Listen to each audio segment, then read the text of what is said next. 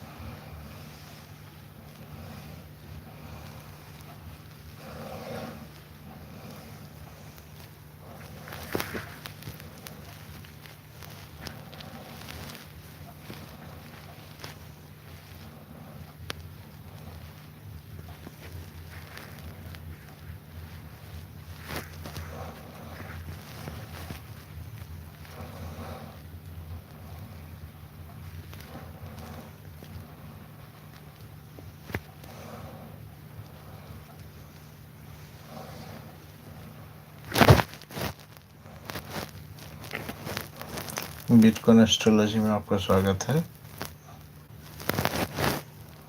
अभी टाइम 12:58 हो चुका है।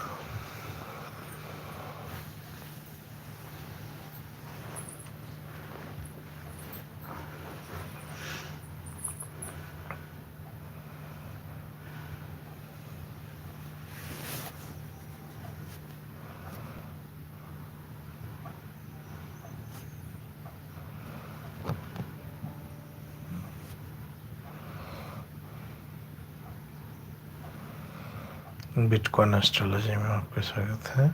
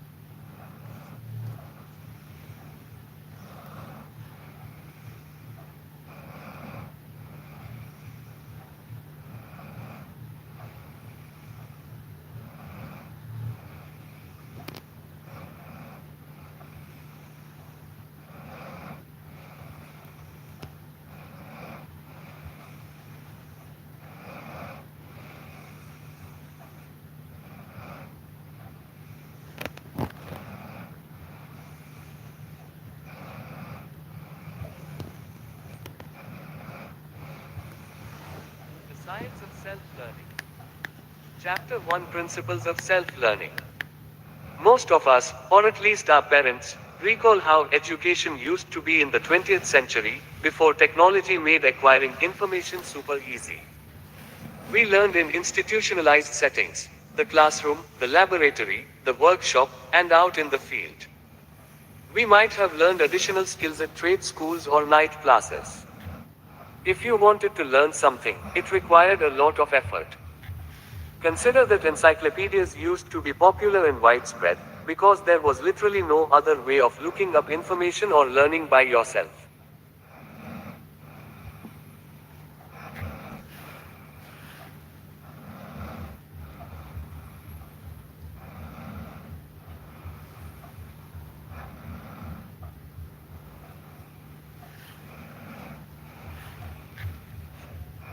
It almost feels like the dark ages when you realize how difficult it was to simply acquire knowledge and learn about what you are interested in.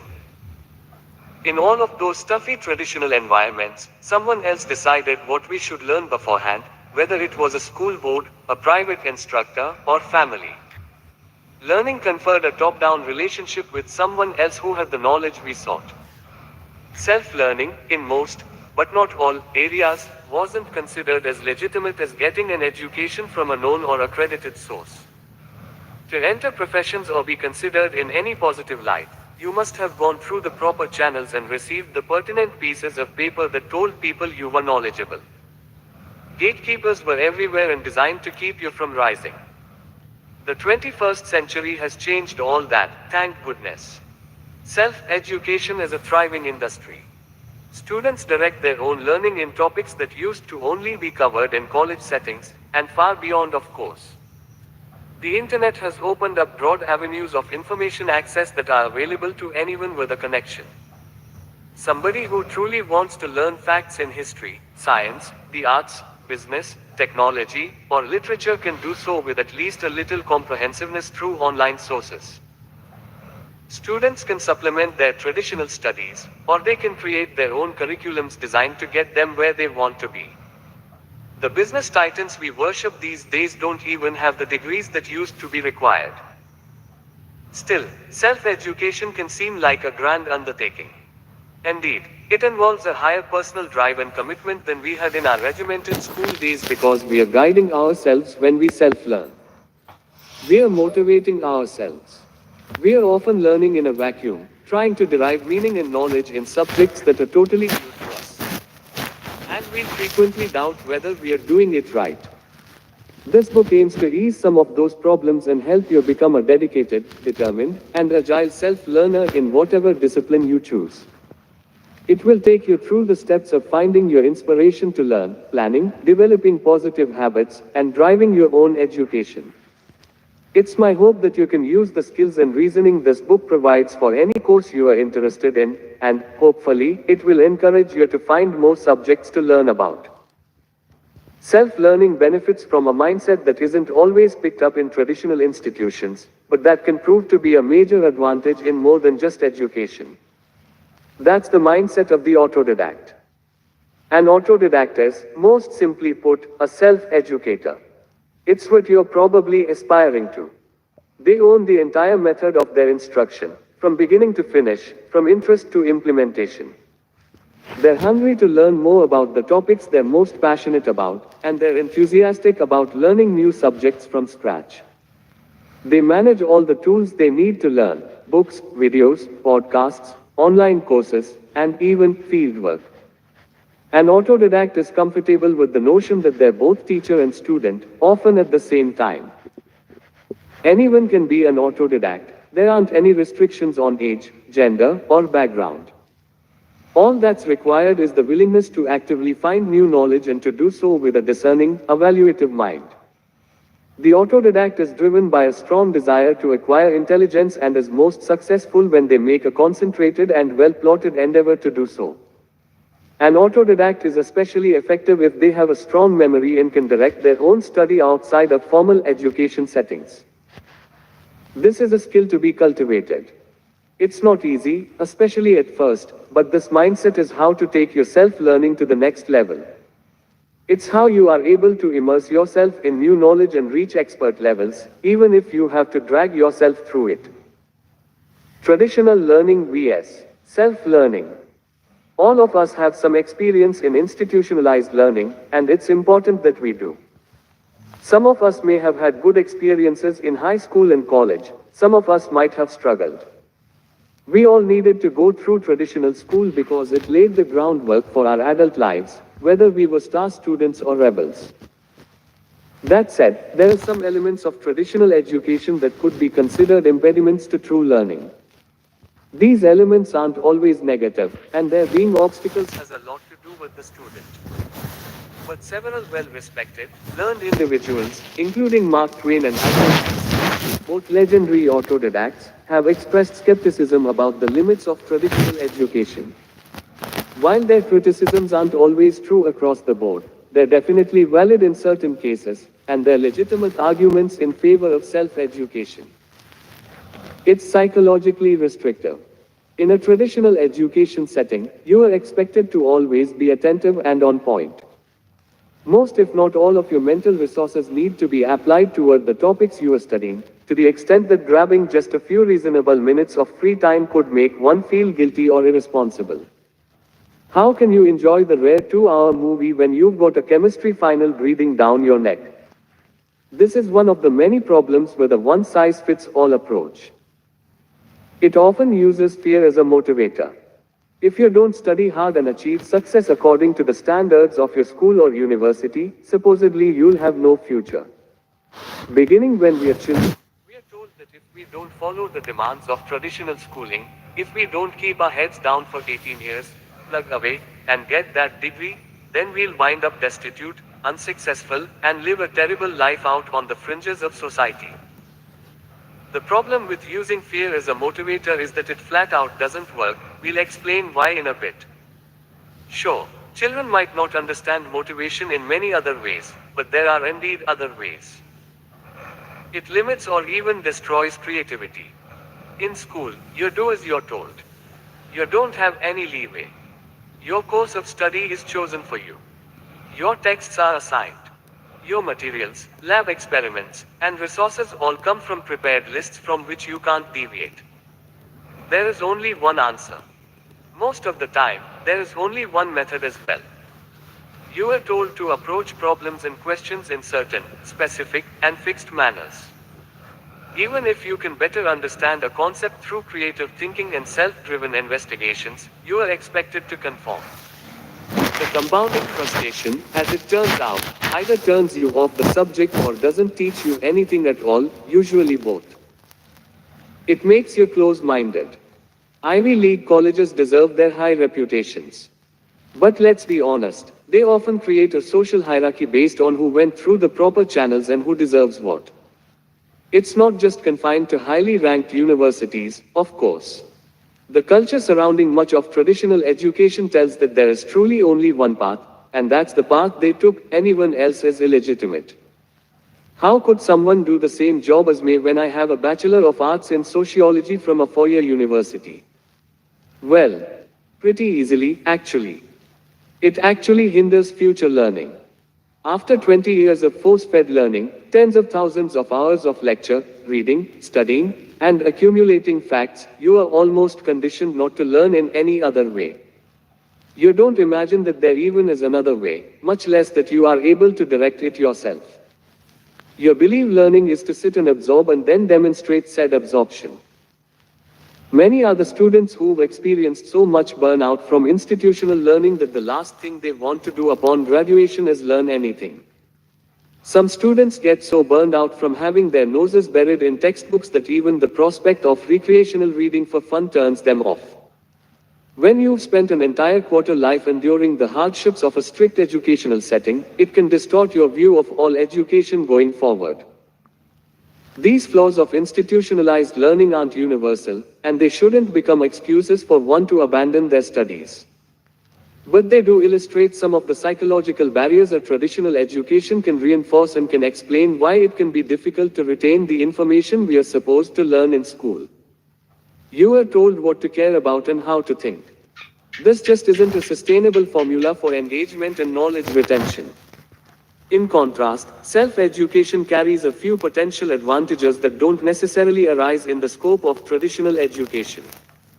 They can be of great benefit, not just for your personal intelligence and self-esteem, but for real-world scenarios as well.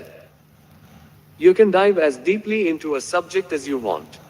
All institutionalized school courses are finite. They can't cover everything about a given subject because they're beholden to time. But in self-learning you don't have to follow a strict curriculum. There are no limits to which you can learn, and you can go much more deeply into your subject than your college professor had time for. You go at your own pace, and you are only limited by your motivation and discipline. You can decide your own level of difficulty. With self-learning you don't have to stop and can go as far and as quickly as you want to. Or you could do the opposite. Learn more deliberately at your own pace, taking all the time you need to fully understand a topic. Both scenarios are just fine. You can set yourself up for lifelong learning. Your college degree doesn't have to be the ending point of your education, yet that's exactly how many students view it. With self-learning you can develop habits, skills, and interests that will prepare you for learning for the rest of your life by deepening your expertise in a subject and keeping up with the latest developments. Traditional education is about reading and regurgitation. Surely this is not the best approach to keep up in life, and there are other approaches that can be more beneficial. You can study subjects with a different perspective. Most university graduates are set on a certain, limited career track. They study with a specific purpose and aim for what to do with their newfound knowledge. Even if they achieve success in their fields, these times of rapid change can make their positions less secure, since employees are expected to keep up and know more about different topics than in the past. For example, learning solely business Japanese instead of how to use it in daily settings. Committing to self-learning gives you the upper hand because it allows you to learn with broad purposes, different purposes, or no purpose at all. This is a stark contrast to learning inside the box, oriented toward a specific perspective. You can develop self-discipline. Charting your own course in education involves planning, personal management, commitment, and execution. When you can develop those skills yourself, they become more meaningful than when someone else tries to force them upon you.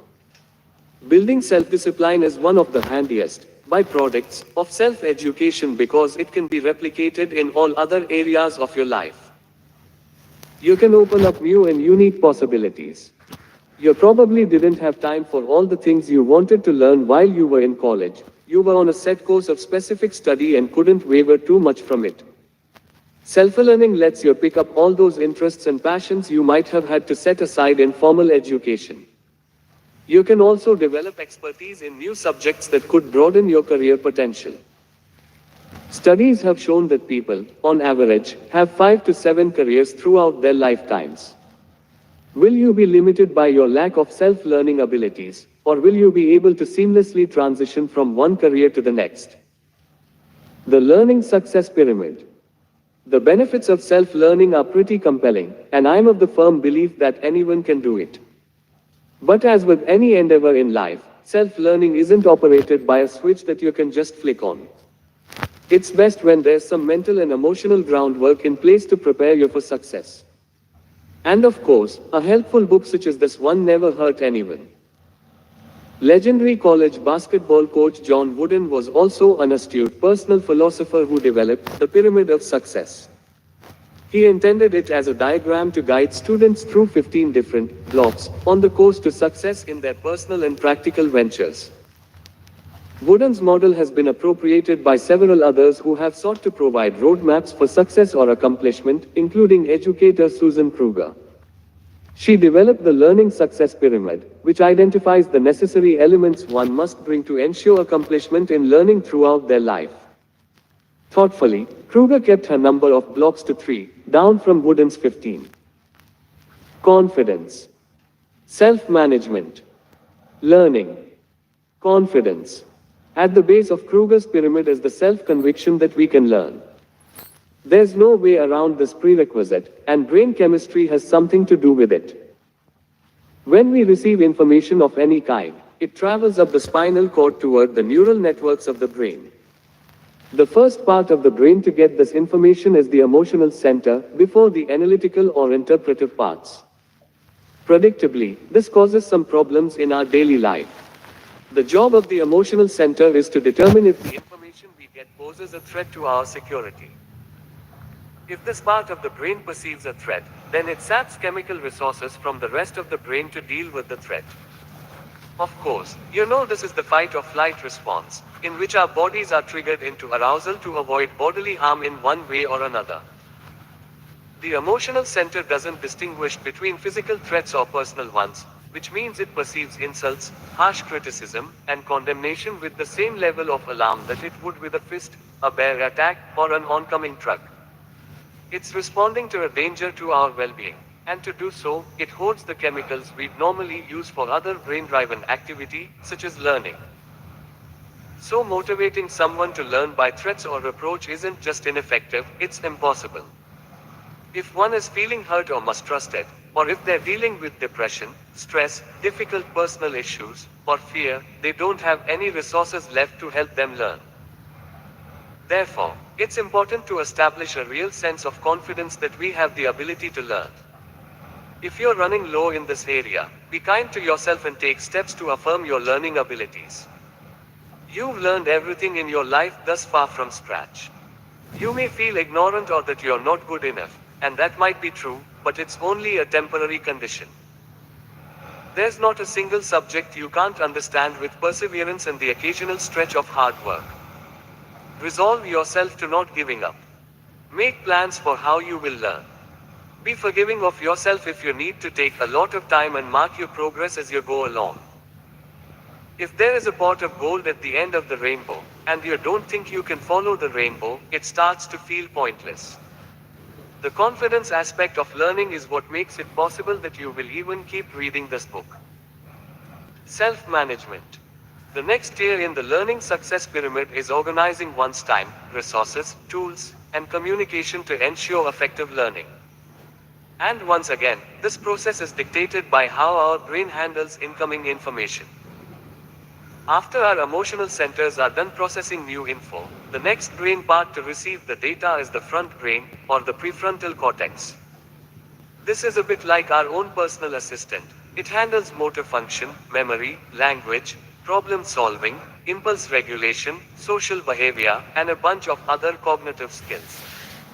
When the front brain is exhausted or depleted, we experience a weariness that prevents us from getting anything done.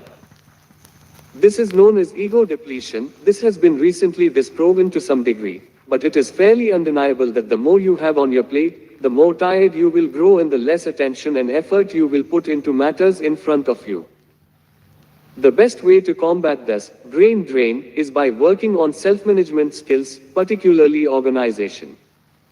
This simply means taking a lot of time ahead of any task to set up systems, routines, and actions that will make the task easier to execute on an ongoing basis. Preparation is often the critical difference between success and failure, so it's vital not to rush through it. This is a skill that may have laid dormant since traditional education was all about imposing a rigorous schedule.